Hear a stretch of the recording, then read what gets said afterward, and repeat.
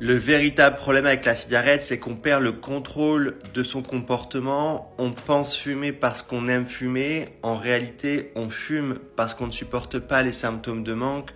On ne voit pas que le manque devient notre réalité. Alors on vit dans une fiction où on pense que la cigarette est un plaisir, une récompense, un réconfort, alors qu'en réalité, elle cause le stress, la nervosité, l'irritabilité. On s'approprie son addiction comme un choix. On pense donc fumer par liberté. Comment sortir d'une prison si on pense déjà être libre?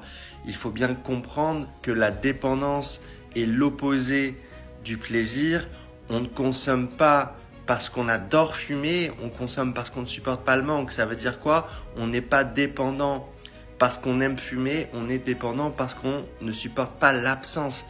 Et c'est là où c'est problématique, on devient son propre adversaire parce qu'on n'a pas la bonne perception de son comportement.